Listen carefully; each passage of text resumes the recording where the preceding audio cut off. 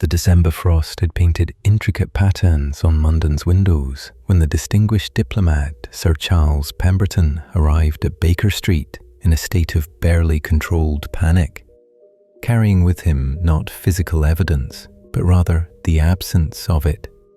A Persian carpet in his study that had somehow absorbed and concealed documents containing Britain's most sensitive diplomatic secrets, making them vanish without trace, yet preventing their destruction. Bringing with him a mystery that would prove to be one of the most technologically sophisticated cases Sherlock Holmes ever investigated. Holmes, who had been studying various methods of concealment and secret compartments as part of his research into smuggling techniques, work that would prove eerily relevant to our investigation, looked up with immediate intrigue as our visitor entered, his aristocratic composure cracking under the weight of a crisis that threatened both his career and national security. Sir Charles was perhaps 50 years old, a career diplomat who had served the Foreign Office for 3 decades with distinction. But now his distinguished bearing was undermined by sleeplessness and terror over documents that had seemingly been swallowed by an ornate carpet. Before I continue with this most unusual case, please subscribe to Detective Sherlock if you haven't already. Your support helps us bring these mysteries to life. Like this video, hit the notification bell, and let us know in the comments where you're watching from. Now, let us proceed with the perplexing mystery of the carpet that swallowed secrets.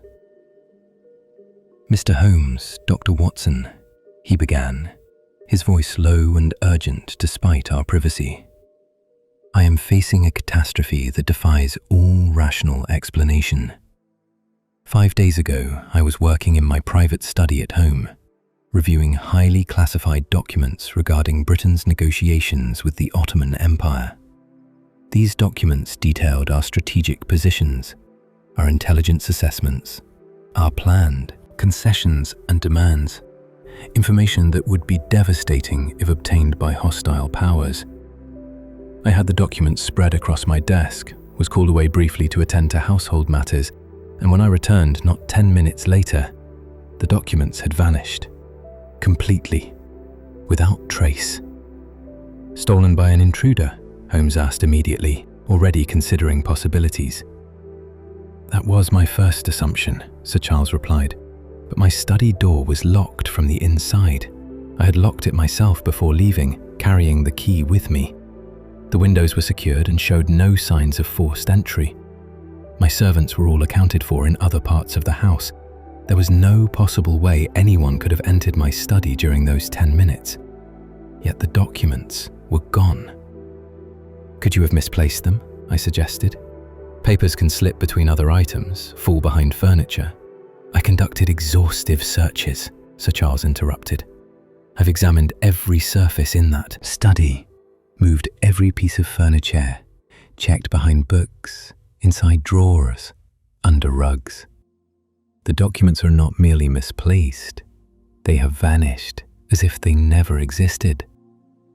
But here's what makes this truly impossible, what brings me to you in desperation. The documents are still there. Holmes leaned forward with sharp interest. Explain. I have a device, acquired through intelligence channels, that detects certain chemical compounds in classified document paper. The Foreign Office treats sensitive documents with traceable chemicals precisely to prevent their unauthorized removal or destruction. When I used this detection device in my study, it indicated the presence of the chemical signatures from those missing documents. They're still in that room, Mr. Holmes. The detector shows their presence clearly, but they're invisible, intangible, impossible to locate despite knowing they must be there. It's as if the documents have been absorbed into the very fabric of the room itself. And you suspect the carpet specifically? Holmes asked. The detection device shows the strongest signal coming from the center of the room, where a large Persian carpet is positioned. I've examined that carpet minutely. No hidden pockets, no false backing, no obvious concealment. Yet the detector insists the documents are there, in or beneath that carpet. I've even had the carpet removed and the floorboards beneath examined. Nothing. The documents are present, but invisible. There, but unreachable. I need you to find them before their absence is discovered by my superiors, before hostile intelligence services somehow exploit whatever method made them vanish, before this impossible situation destroys my career and potentially compromises British interests across the Mediterranean. Holmes was silent for a long moment, considering the problem from multiple angles. Sir Charles, I need to examine this carpet and your study immediately. This is no ordinary theft or concealment. If documents can be made to vanish, yet remain detectable, someone has employed technology or methods far beyond conventional espionage. We're dealing with either remarkable innovation or remarkable deception, and determining which is crucial to recovering your documents. Within the hour, we had travelled to Sir Charles's residence in Belgravia, an elegant townhouse befitting a senior diplomat. His private study was a well-appointed room lined with bookshelves, dominated by a heavy oak desk, and centred by the Persian carpet in question, an exquisite piece, perhaps 12 feet by 8 feet, featuring intricate geometric patterns in deep reds, blues and golds that spoke of masterful craftsmanship. Holmes immediately produced the chemical detection device Sir Charles had mentioned, a brass instrument resembling a compass, but with a more complex dial and crystal sensor. When activated near the carpet, the device's needle indeed swung sharply, indicating the presence of the chemical markers used in classified documents. Holmes walked around the carpet's perimeter, taking readings at various points, mapping the detection pattern. The signal is strongest at the carpet's center, he confirmed, and it's definitely coming from the carpet level rather than beneath the floorboards or above the ceiling. Sir Charles, tell me about this carpet. When did you acquire it? From whom? Has it always been in this location? Sir Charles consulted his memory. I purchased it approximately 3 months ago from an antiquities dealer in Bloomsbury, a reputable establishment that specializes in Persian and Turkish textiles. The dealer, Mr. Nathaniel Cross, represented it as an authentic 19th century piece from Isfahan, and my own expertise in such matters confirmed its apparent authenticity. I placed it in my study immediately upon purchase, and it has remained in this location since then. The documents vanished 5 days ago, the first time anything unusual occurred related to the carpet. Holmes was examining the carpet with his magnifying lens, studying the weaving patterns, the dye colors, the backing material. Dr. Watson, feel the carpet's thickness. Does anything seem unusual about its depth? I knelt and pressed my hands against various sections of the carpet. It's certainly thick, as quality Persian carpets tend to be. But I noticed something odd. The center section feels marginally thicker than the edges. Not dramatically so, but perceptibly different if you're paying attention. Precisely, Holmes said with satisfaction. This carpet has a hidden layer, a space between the decorative surface and the backing, accessible through some mechanism we haven't yet identified. The documents haven't vanished mystically.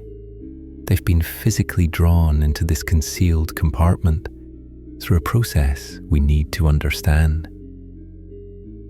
Over the following hours, Holmes conducted an exhaustive examination of the carpet, photographing it from multiple angles, taking samples of fibers and dyes, measuring its exact dimensions and thickness variations. He was particularly interested in the carpet's geometric patterns, studying them with intense concentration, as if they contained hidden meanings. Persian carpets often incorporate symbolic elements, he explained as he worked.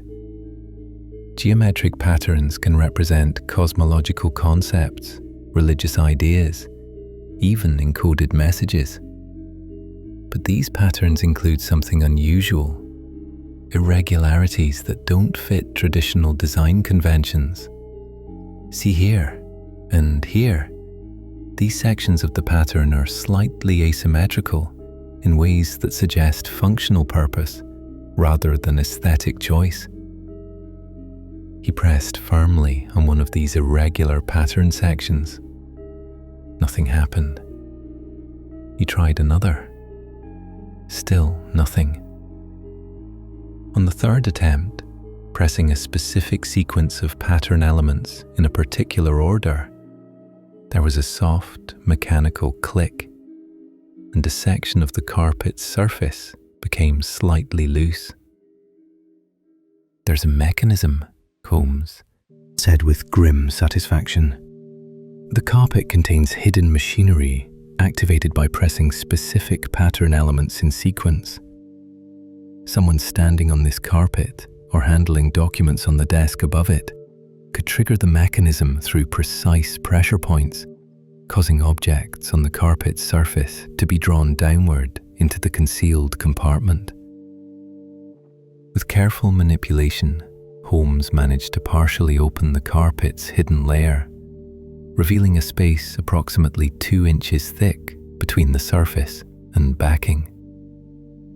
And there, preserved perfectly in the concealed compartment, were Sir Charles's missing documents, the classified papers regarding Ottoman negotiations, exactly as they had been when they vanished 5 days earlier. Sir Charles was overcome with relief. "You found them, but how did they get into this compartment?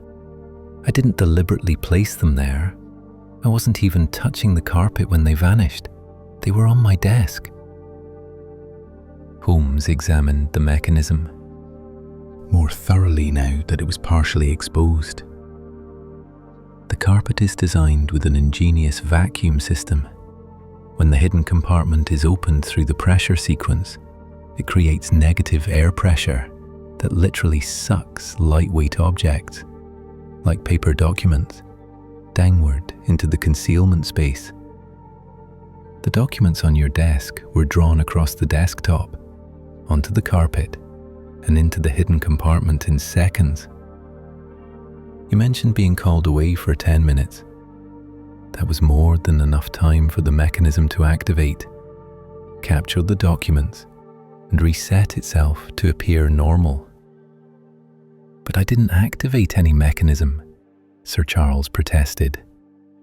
"I was simply working at my desk, then left the room when summoned by my butler." "Someone else activated it remotely," Holmes replied. "The question is how, and why now specifically when sensitive documents were present? This suggests surveillance. Someone knew you had those documents out and timed the activation to capture them." "We need to search your study for remote triggering mechanisms." The search revealed a small device concealed within the study's gaslight fixture, a receiver mechanism connected to the carpet's hidden compartment through wires cleverly hidden within the wall molding. When activated by a transmitted signal from outside the house, this device could trigger the carpet's vacuum mechanism remotely. "Sophisticated espionage technology," Holmes observed. "Someone installed this system in your study, waited for you to handle classified documents, then activated the carpet mechanism remotely to capture them. The documents would remain hidden in the carpet until the spy could return to physically retrieve them by opening the hidden compartment." "But who installed this?" Sir Charles demanded. "My study is private, secured. How could someone install such elaborate equipment without my knowledge? Holmes's investigation into the carpet's origins revealed the answer. The antiquities dealer. Nathaniel Cross was a legitimate businessman, but he had unknowingly sold a carpet that had been specially prepared by parties unknown before reaching his inventory. The carpet's provenance was traced back through several previous owners, and Holmes discovered that one of these, a supposed Turkish merchant, was actually an agent working for a foreign intelligence service. The carpet was prepared specifically for you, Holmes explained. Your interest in Persian textiles is well known in diplomatic circles. The spy service knew that a high-quality Persian carpet offered through a reputable dealer would appeal to you.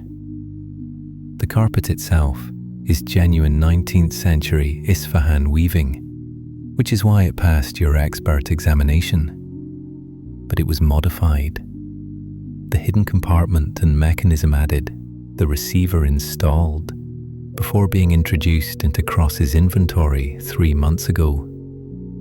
The spies then waited for you to purchase it and place it in your study, giving them ongoing access to your classified documents through remote activation. Sir Charles was horrified.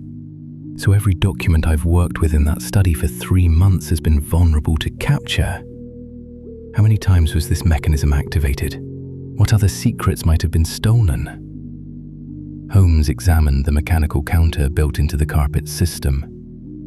The mechanism has been activated 7 times in 3 months. The first 6 activations apparently captured no documents, likely test runs to ensure the system worked.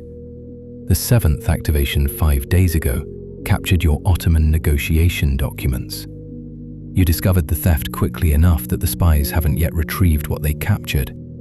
But if you hadn't come to me, they would eventually have found some pretext to enter your study and extract the documents from the carpet.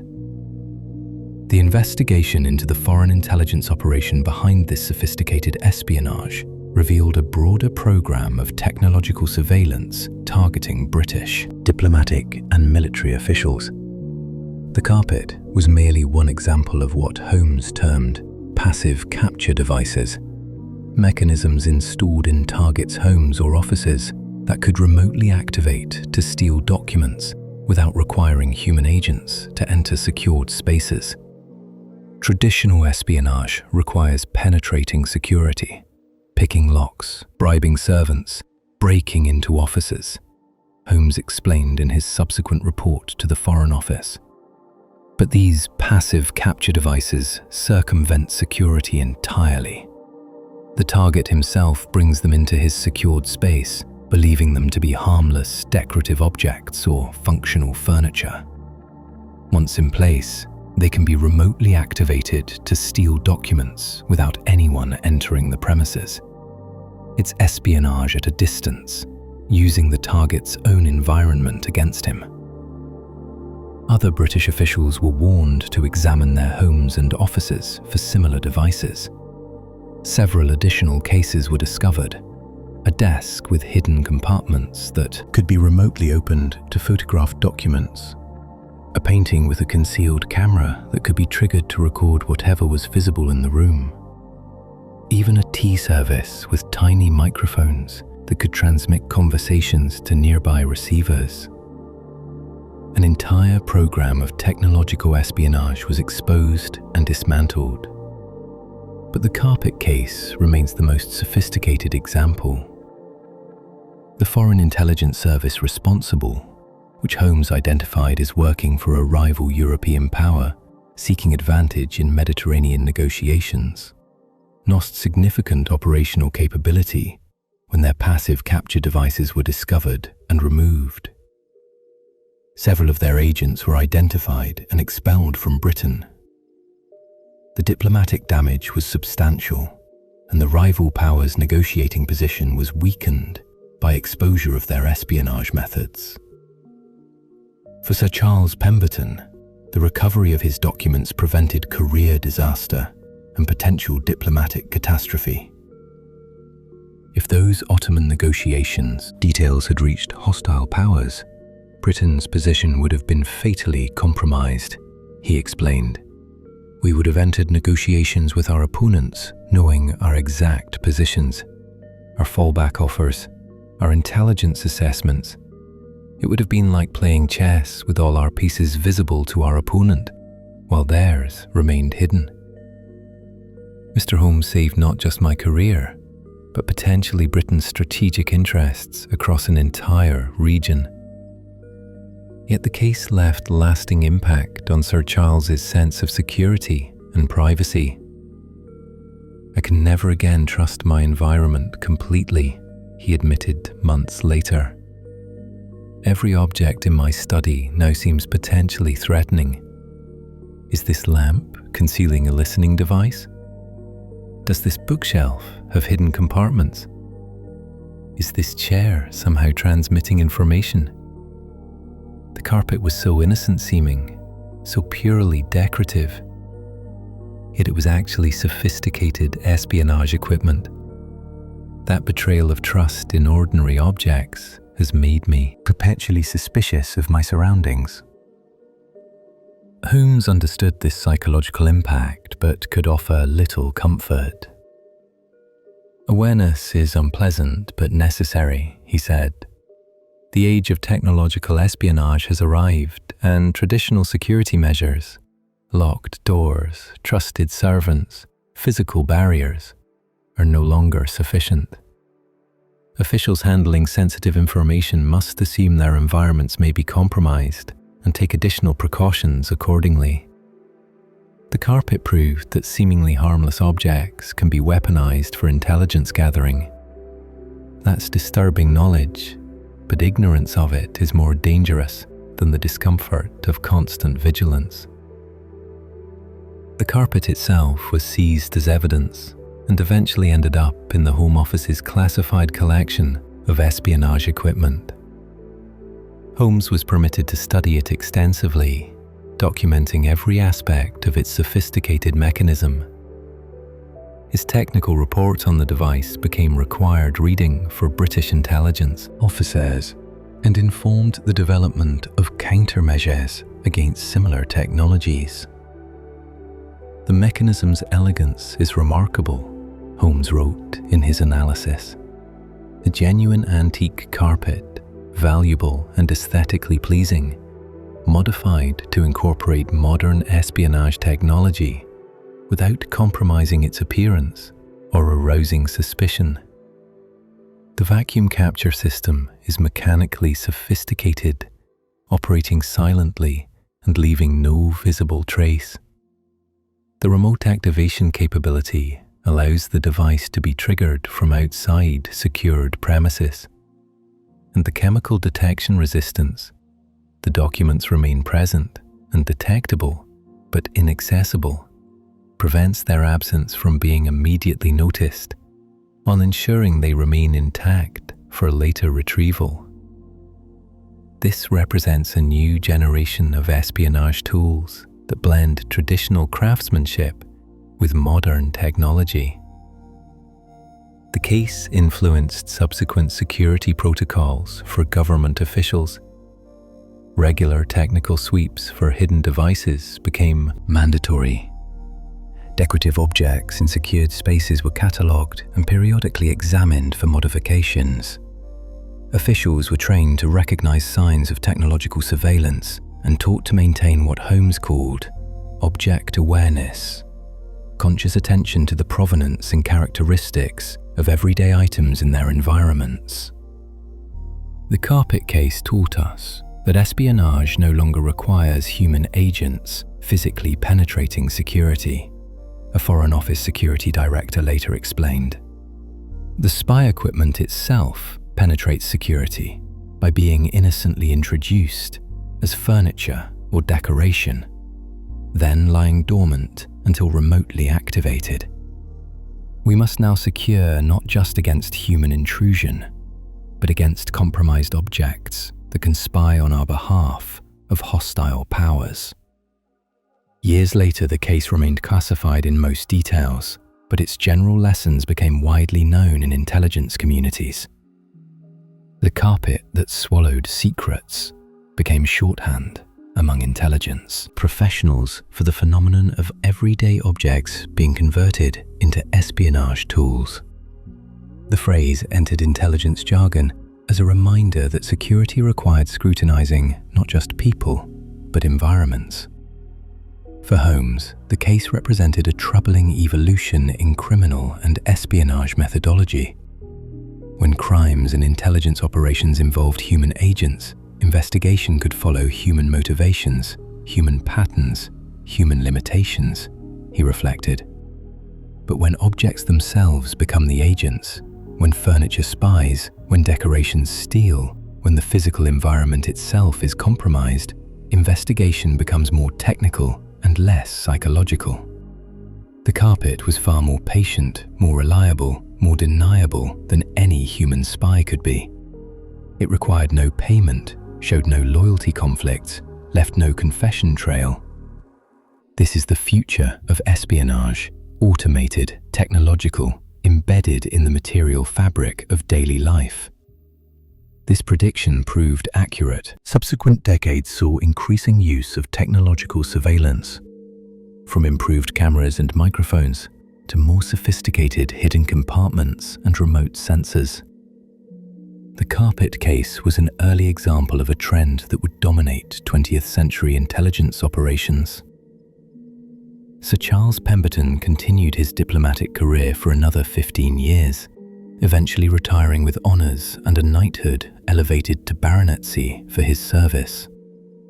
But he never again used his home for reviewing classified documents, instead conducting all sensitive work in Foreign Office facilities with comprehensive security screening.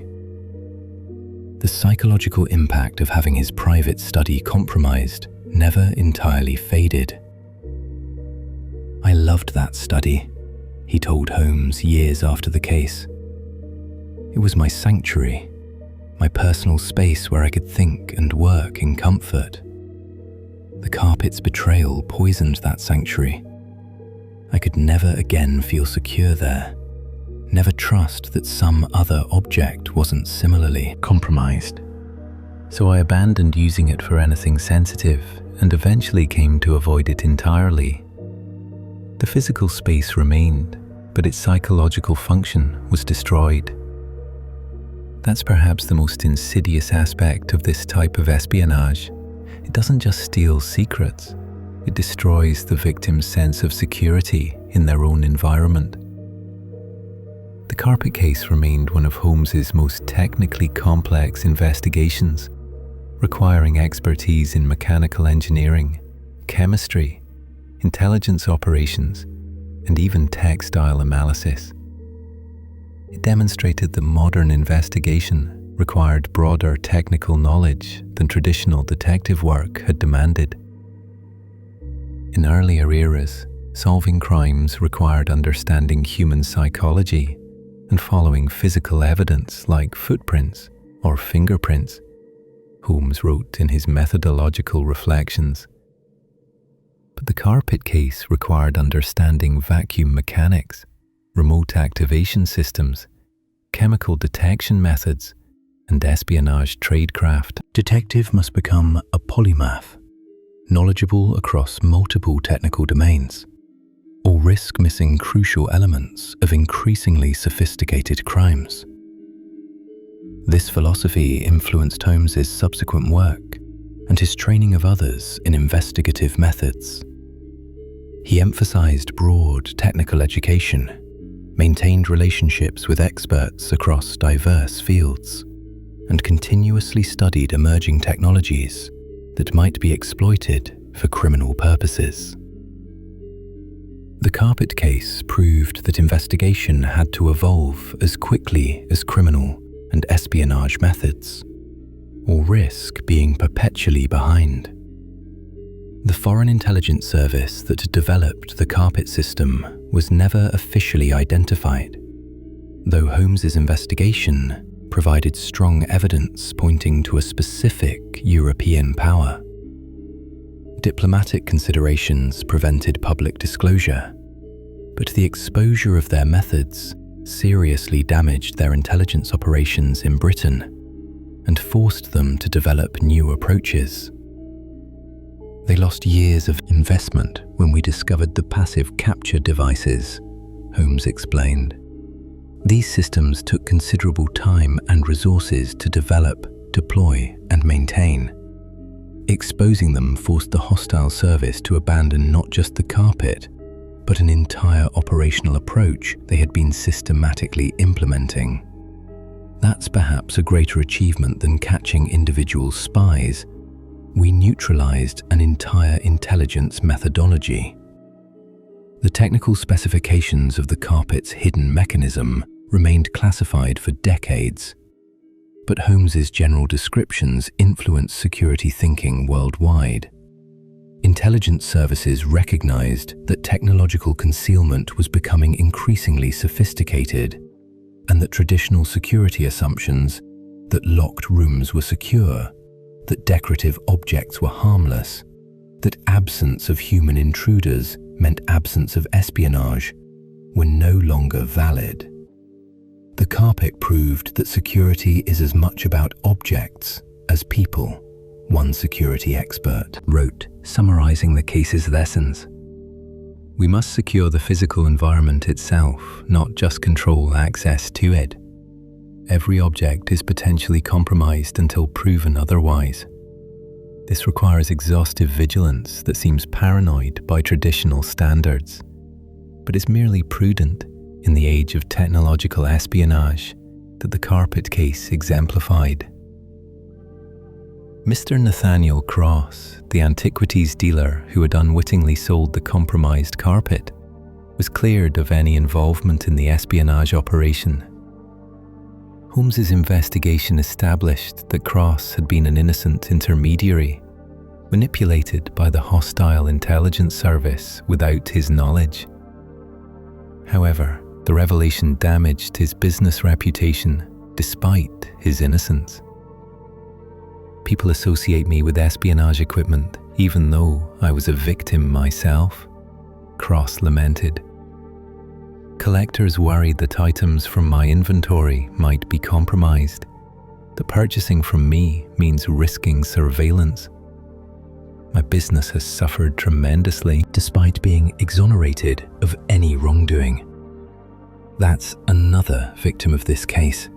My livelihood, damaged by association with espionage I didn't know existed. Holmes felt sympathy for Cross, but could offer little practical help. The association is unfortunate, but understandable, he said. Trust in antiquities dealers depends partly on assurance that items are authentic and unmodified. Your inventory was penetrated by hostile intelligence. That's not your fault, but it does raise questions about your verification processes. Rebuilding trust will require time and demonstrated commitment to enhanced authentication methods.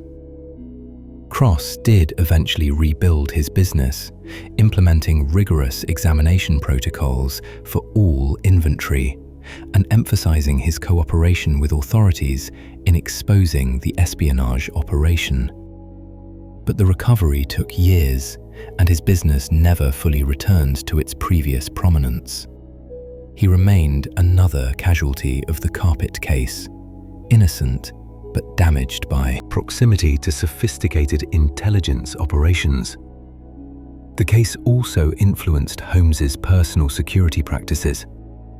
After seeing how completely an environment could be compromised through innocent-seeming objects, he became more cautious about accepting gifts or acquiring decorative items without thorough examination.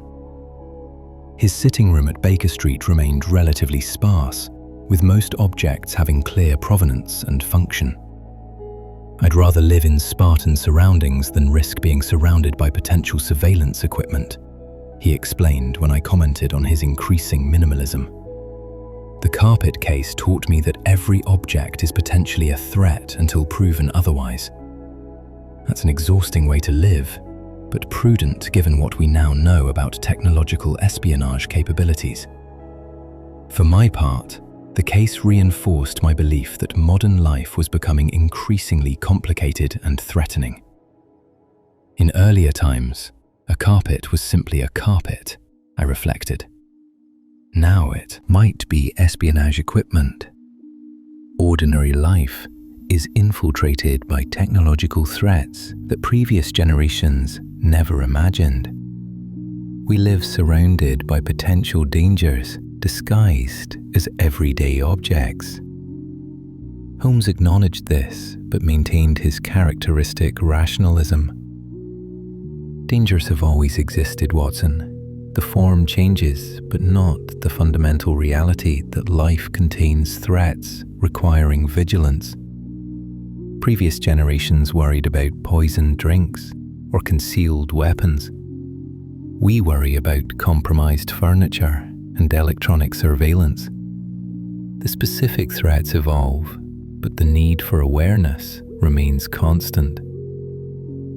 The carpet that had swallowed secrets was eventually destroyed after its mechanisms were fully documented and studied.